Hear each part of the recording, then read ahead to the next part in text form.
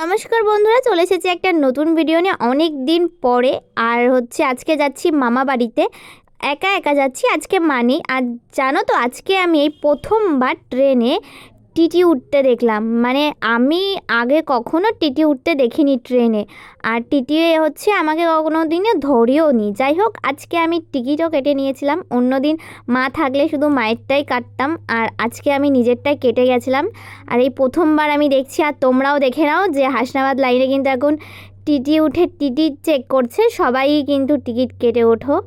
আর এখানে মা বাড়ি পৌঁছে দেখো গাছে কি দেখতে পেলাম। তোমরা দেখতে পেলে কমেন্ট করো। আর এখানে দেখো ঋষি কি বলছে, লিপস্টিক। হ্যাঁ, আমি আসার পরও আমার ব্যাগের থেকে লিপস্টিক বের করে দেখে নিয়েছিল। এখন আমি চলে যাচ্ছি, তো আমাকে বলছে এ দিদি লিপস্টিক পরিয়ে দে। প্রথমেই তো তোমরা দেখে নিলে, তো ওখানে লিপস্টিক পরিয়ে ওকে একটু ব্লাশারও লাগিয়ে দিচ্ছিলাম, বাইকে মেয়ে সাজিয়ে দিচ্ছিলাম। যাই হোক, বাড়ি চলে আসবো তাই ভাইকে কোলে তুলে নিয়ে ফটো তুলছিলাম। ভাই আর আমি মিলে পোজ দিচ্ছিলাম। তোমার নাম কি? মোটাল। কি মোটাল? মোটাল, সেটা আবার কি? ও, বাবার নাম কি? বাবার নাম, হ্যাঁ, কি? কুতাল। কুতাল। আর তোমার নাম? মুকাল। তোমার নাম? ঋষি। ঋষি কিভাবে ডাকে আমাকে? এ দিদি, আয় আয়।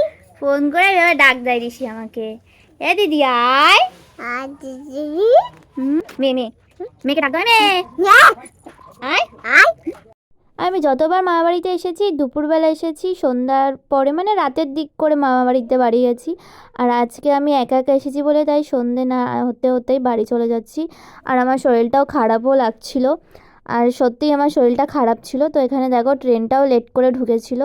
বাড়ি এসে দেখতেই পাচ্ছ আমি পুরো ক্লান্ত হয়ে গেছি। টাটা সবাইকে, আবার পরে